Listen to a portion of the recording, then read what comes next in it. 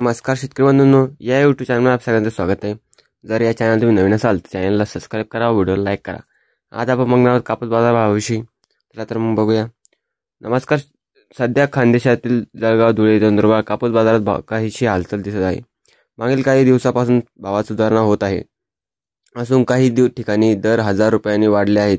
तरी देखील शेतकऱ्यांकडून विक्रीसाठी फारसा उत्साह दिसत नाही, कारण उत्पादन कमी आणि खर्च जास्त असल्याने शेतकरी अजूनही चांगल्या भावाच्या प्रतीक्षेत आहे। कापसाच्या भावात सुधारणा। गेल्या काही आठवड्यापासून कापसाच्या बाजारात सतत चढउतार सुरू होते, पण आता परिस्थिती काहीशी स्थिर होताना दिसत आहे। अनेक बाजारांमध्ये उत्तम दर्जाच्या शुभ्र व कोरड्या कापसाला 7200 प्रति क्विंटल पर्यंत भाव मिळू लागला आहे। याआधी हेच दर 6000 ते 6500 पर्यंत होते, त्यामुळे शेतकऱ्यांना थोडाफार दिलासा मिळालेला आहे, परंतु अजूनही सरासरी 5000 ते 6500 च्या दरम्यान आहे।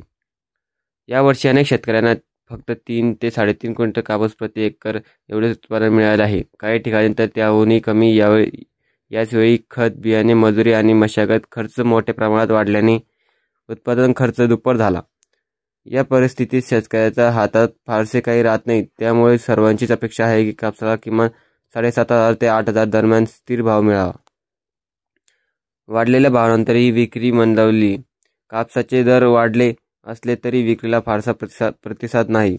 अनेक शेतकरी वाट पाहत आहे की पुढील काही दिवसात दर आणखी वाढतील। काही व्यापारी गावात जाऊन थेट खरेदी करण्याचा प्रयत्न करत आहे, परंतु शेतकरी आपला माल अजूनही घरातच साठवून ठेवत आहे। तर मित्रांनो, तुम्हाला जर हा व्हिडिओ आवडला असेल तर व्हिडिओला लाईक करा व चॅनलला सबस्क्राईब करा।